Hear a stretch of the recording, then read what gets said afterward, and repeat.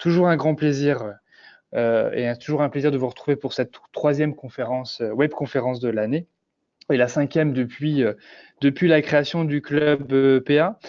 Alors pour les nouveaux, pour ceux qui ne connaissent pas le club PA, en fait, c'est une occasion pour nous de nous réunir et d'essayer de traiter des sujets qui nous concernent. Alors la réforme, l'innovation, les prospectives, bref, tous les sujets dont nous attendons des réponses ou au moins où essayons d'avoir un certain nombre de pistes de réflexion.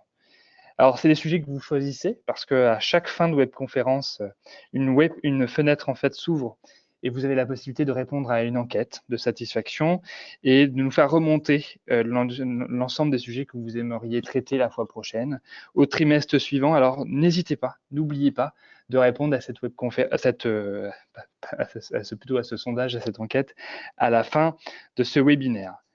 Alors aujourd'hui, en fait, on se réunit pour un anniversaire. Et nous aimons bien les anniversaires chez Proactive Academy.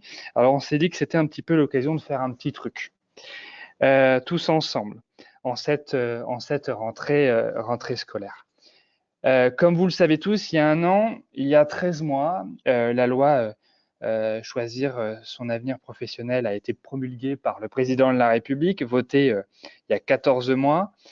Et c'est une loi qui met fin à un modèle de la formation professionnelle et de l'apprentissage.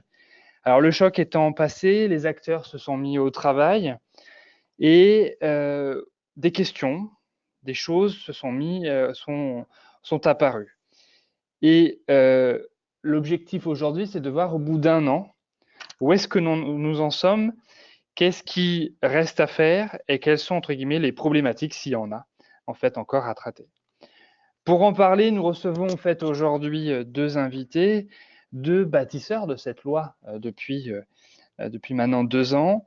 Tout d'abord, Antoine Fouché, qui est le directeur de cabinet de la ministre du Travail, Muriel Pénicaud, et Stéphane Lardy, donc ancien directeur adjoint de ce même cabinet et actuel directeur de la nouvelle institution qui est France Compétences.